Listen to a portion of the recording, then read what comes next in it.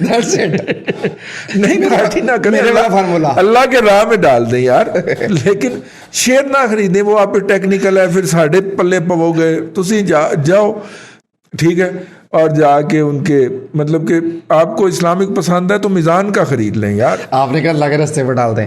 میرے جب ڈیویڈنڈ آتے ہیں نا شیئروں کے, رضوان میرے پلے سے روٹی کھاتا ہے, تو وہ بھی اللہ کے راہ پہ میں سمجھ کل مجھے ہمارے دوست ہیں طارق حبیب صاحب, ٹھیک ہے, بہت پڑھے لکھے آدمی ہیں, کل انہوں نے ایک حدیث شیئر کی تھی کہ اپنے قریبی عزیزوں پر خرچ کرنا سب سے افضل صدقہ ہے. ناگنے دادا جی یہ آگے اتنے پیسے کھا لیتا ہے. اپنے قریبی اور قریبی عزیزوں میں سب سے قریبی رشتہ ماں باپ کا ہوتا ہے, اس کے بعد بہن بھائیوں کا ہوتا ہے, ٹھیک ہے نا, اس کے بعد دوست احباب کا ہوتا ہے. دوست احباب سے پہلے سسرالی ڈالے نا بیچ میں. وہ بھی ماں باپ ہی ہوتے ہیں نا, وہ بیٹا ہی بناتے ہیں تو بیٹی دیتے ہیں نا, یہ تو ہے. وہ بھی ماں باپ ہی ہوتے ہیں, وہ بیٹا بناتے ہیں اپنی طرف سے آپ کو.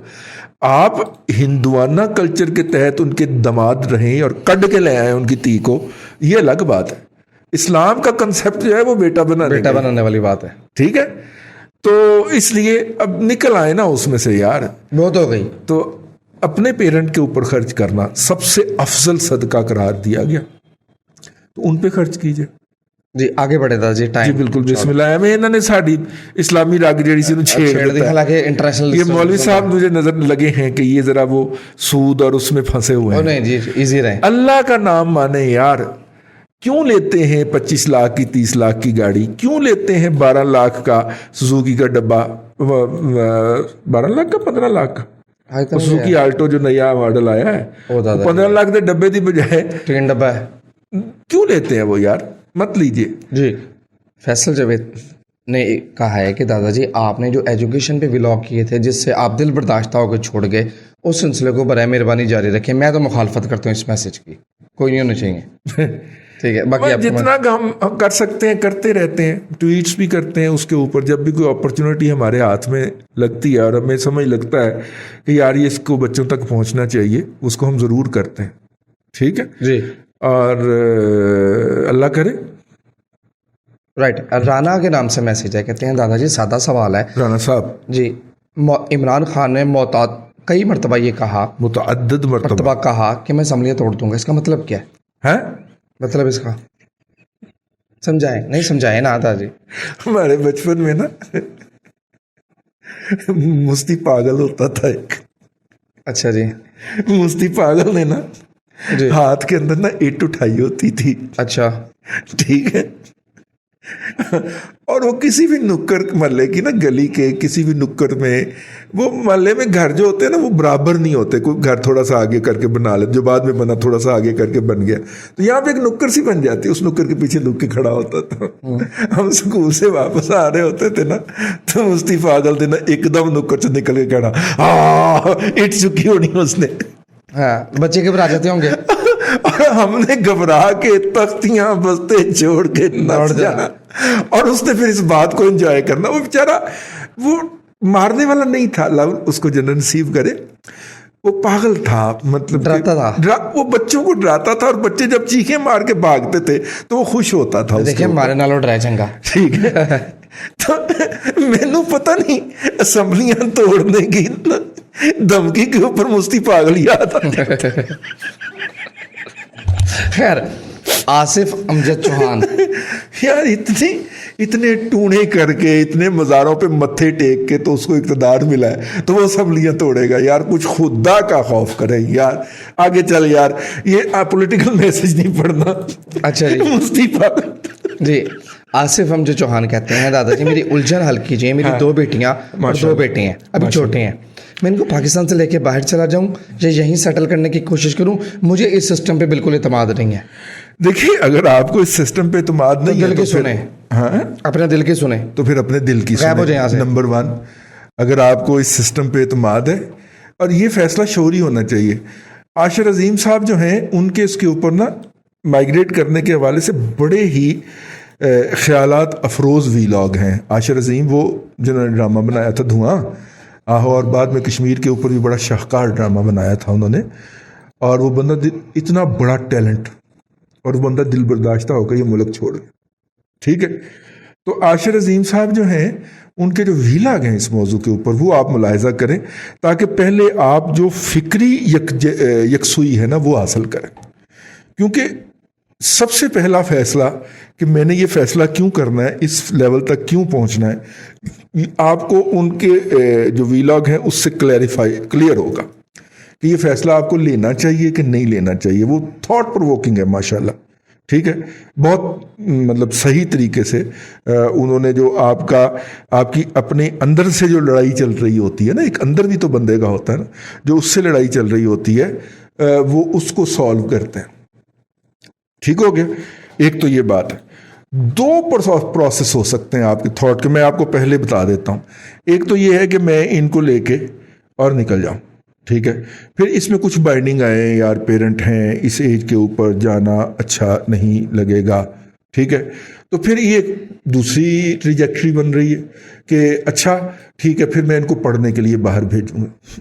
یہ دونوں ٹریجیکٹری جو ہے یہ اپنی جگہ کے اوپر آپ کی توجہ کی متقاضی ہیں. فیصلہ آپ کا ہونا چاہیے کیونکہ معاملات آپ کے ہیں. ہم اس سے زیادہ فردر ڈیٹیل میں پبلک فورم پہ نہیں جا سکتے.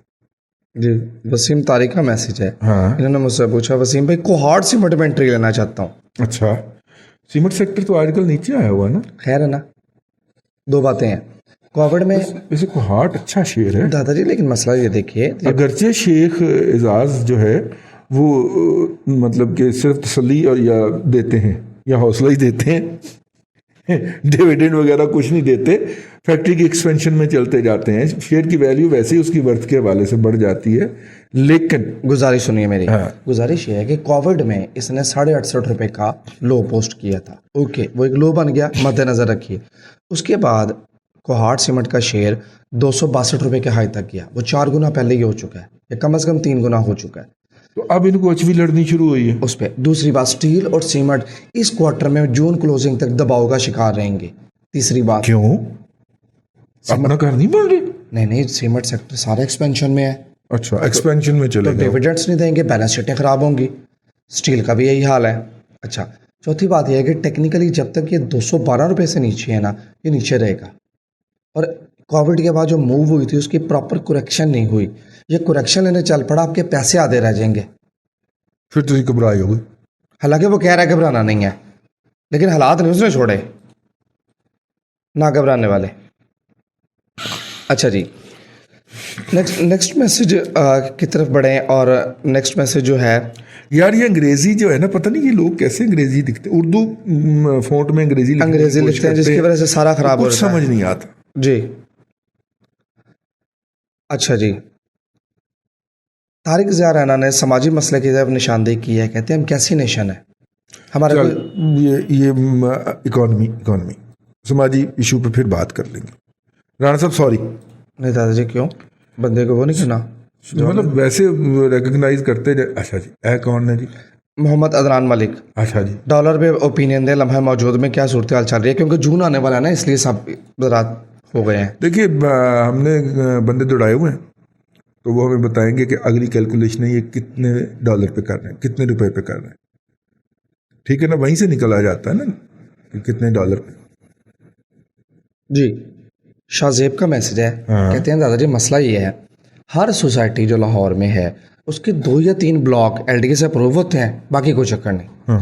بینک سے پی ایم ہاؤسنگ اسکیم کے تحت قرض لینے جاتے ہیں, پلاٹ ہی اپروو نہیں ہوتے. تو ناول ہی بات ہی ہوئی. یہ تو ایشو ہے اور گمبھیر ایشو ہے. کہتے پھر ہے. جی, اچھا جی. رضا سلطان کہتے ہیں پنجاب کا سی ایم بدلنے جا رہا ہے. نہیں, کیوں دادا جی؟ جب تک عمران خان ہے وہ قائم رہے. اچھا جی, کیونکہ اس کو دکھا کے تو عمران خان سارے پنجاب کے معاملات خود چلا رہا ہے نا. ٹھیک ہے نا جی. وہ تو بیچارہ ٹوائلٹ بھی نہیں جاتا ہے نا اس کی اجازت کے بغیر. وہ SMS پہ اجازت آتی ہے تو وہ ٹوائلٹ جاتا ہے. صحیح ہے. اس کو گالیاں کیوں دیتے ہو, اس کا مذاق کیوں اڑاتے ہو؟ انہوں دیو نا گالاں, جڑا اصل میں معاملہ خراب کر کے بیٹھا ہوا ہے, جس کا خیال ہے کہ وفاق, اس نے KPK بھی ایسے ہی رکھا ہوا ہے. KPK اور پنجاب وہ ریموٹلی چلا رہا ہے. یہ ساری جو تباہی نازل ہوئی ہے اہمیت تو نہیں ہوئی اس ملک کے اوپر, یعنی جس سے اپنا گھر نہیں چلتا وہ وفاق, KPK اور پنجاب, اور اب گلگت بلتستان بھی وہ ڈال لیں اس کے اوپر. وفاق کے 3 یونٹس اور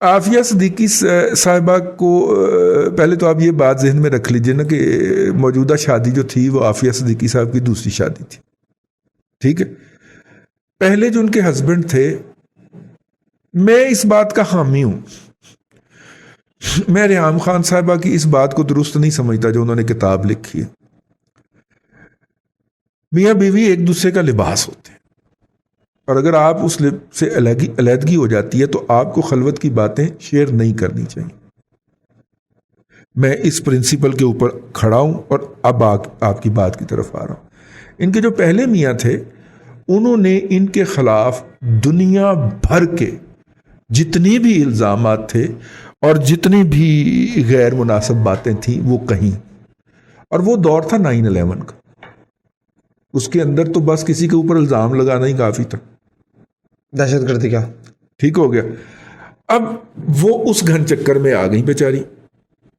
ان کو اس اعتماد نے مار دیا کہ میں تو امریکن سوسائٹی کے اندر پلی بڑی ہوں، تو مجھے کیوں وہ ہاتھ لگائیں گے، میں ان سے بات کروں گی. لیکن اسے یہ نہیں پتا تھا کہ یہ پیرلل ہوا امریکن نے کیا چلائی ہوئی ہے گوانٹانامو بے کے ذریعے.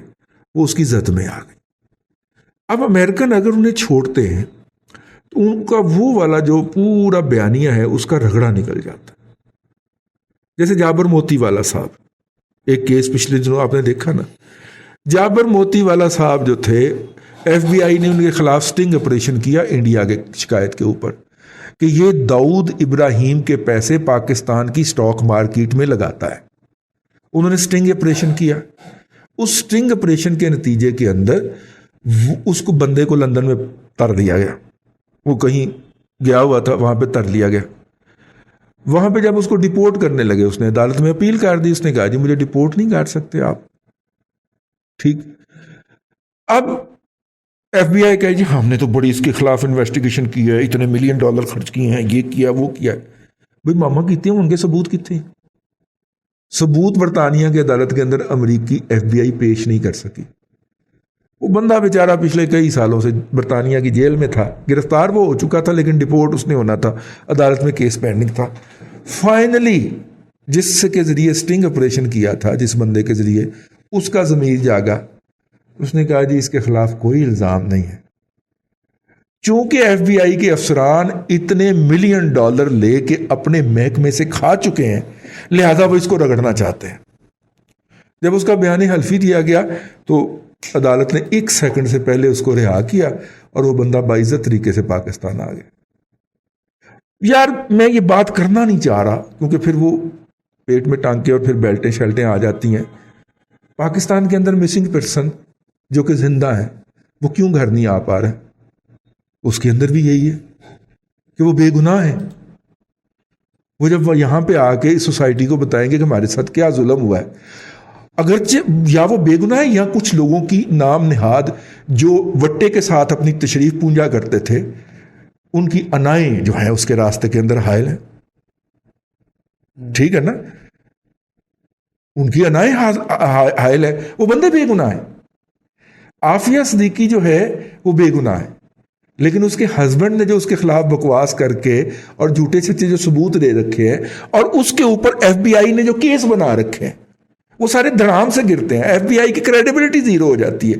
تو وہ اپنی کریڈیبلٹی بچانے، اور آپ کو پتہ ہے ادارے تو اپنی کریڈیبلٹی بچانے کے لیے حکومتیں گرا دیتے ہیں، ملک توڑ دیا کرتے ہیں، ریولوشنائز کر دیا کرتے ہیں، ملک توڑ دیا کرتے ہیں کہ ہم جھوٹے ثابت نہ ہوں، ہم سچے ثابت ہوں. ہماری جرنلسٹوں کا حال دیکھ لیں، ہم اپنی غلط خبر کے اوپر اصرار کر کے بیٹھ جاتے ہیں. ہم سے مراد ہے کہ ہمارے اندر جو چھوٹے اذہان کے لوگ ہوتے ہیں وہ اپنی غلط خبر کے اوپر اصرار کرتے ہیں، پھر ریئیکشنری ہو جاتے ہیں، پھر مزید غلط خبریں دیتے ہیں، اگلی پارٹی کو رونے والا کر دیتے ہیں.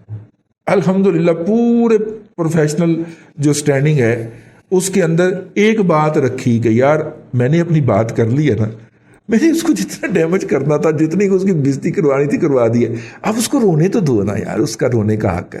تو وہ جو کہتا ہے اس کی بات سنیں اور سنوا دیں یا پھر چھاپ دیں. یہ اتنا ظرف پیدا نہیں ہوتا ہمارے جرنلسٹوں کے اندر.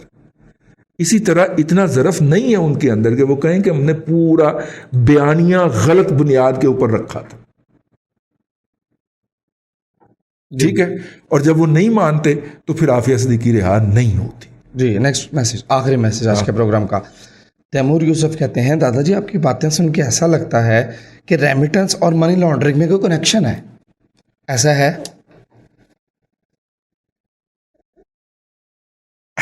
سم ہاؤ ہاں ہوتا ہے ایسے، اور پوری دنیا میں ہوتا ہے. آج کل تو روشن ڈیجیٹل اکاؤنٹ نے اس کو ویسے ہی لیگلائز کر دیا. جیسے سیکشن 111 تھا انکم ٹیکس آرڈیننس کا، وائنڈ اپ کریں جی. ہاں تو اس لیے ہے حکومتوں کی مجبوریاں ہوتی ہیں، انہیں زر مبادلہ چاہیے ہوتا ہے، ٹھیک ہے، اور جو لوگ ہوتے ہیں جو ٹیکس اویڈر ہوتے ہیں وہ اس کا فائدہ اٹھاتے ہیں. لیں جی اذان کی آواز بھی آ گئی. آج کے لیے اتنا ہی. اللہ آپ کو آسانیاں عطا کرے اور آسانیاں خلق خدا میں تقسیم کرنے کی توفیق. آمین. دادا جی بے حد شکریہ. ناظرین کرام، پولیٹیکل اکانومی کا پروگرام دادا پوتو شو آپ دیکھ رہے تھے. آج کا یہ اسپیشل ایپیسوڈ آپ کی خدمت میں پیش کیا گیا جو کہ آپ کے فیڈ بیک پر مشتمل ہے. اپنے میزبان وسیم احمد کو دادا جی کے ساتھ اجازت دیجیے. انشاءاللہ العزیز ہفتہ وار تعطیل کے بعد آپ سے ملاقات ہوگی پیر کو. تب تک کے لیے اللہ حافظ.